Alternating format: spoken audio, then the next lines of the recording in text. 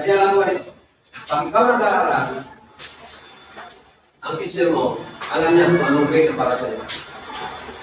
Kung hindi ka nag-aaral, makikita naman sa result.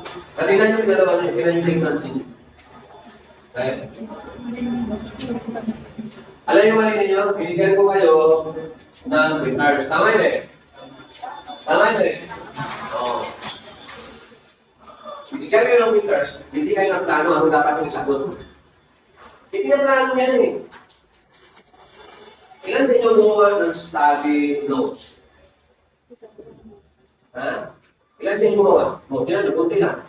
Yung iba, ano kayo? Lahat-lahat, ilagay niyo sa ulo niyo? I doubt it. Isang miracle. Bukas na isang, galing kayo mag-aaral, lagay niyo lang sa ulo niyo. Ang pag-aaral, araw-araw yan. Araw-araw, kaya na, pagkatay na examination period, ano tawag? Review. Okay, which means again, view again. Bakit? Kasi nag-aaral na kayo araw-araw doon eh. Ganun naman habit, pag-aaral na yung puro kayo scatter, scroll.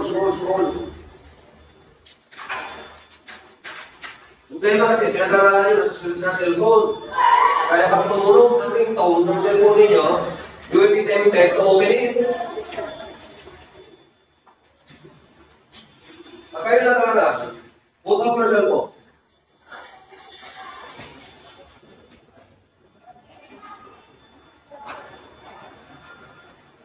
Ay, naku kayo ng estudyante. Nasanay kasi kayo na hindi kayo pinupukpok sa pag-aaral. Yung kayo sa elementary at school, puro kayo appreciation. Nasubrahan kayo sa appreciate. Yung mga anak mo hindi nagsasabi sa akin. Ha?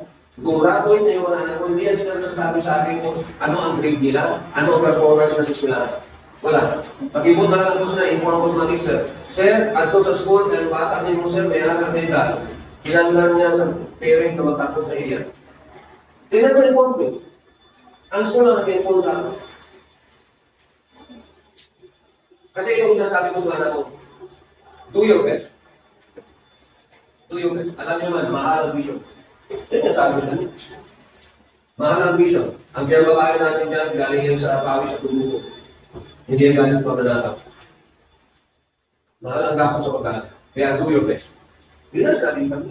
I'm not saying na siya-perfect na lahat. I'm not saying na yung big deal. Ano yung kaya? Pasa lang.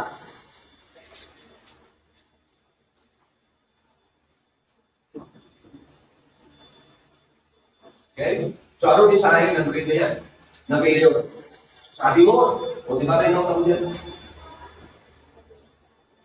Ibig sabihin, kulang pa. Kulang pa ang pag-aaral mo. Yun ang mensahe. Yun ang message.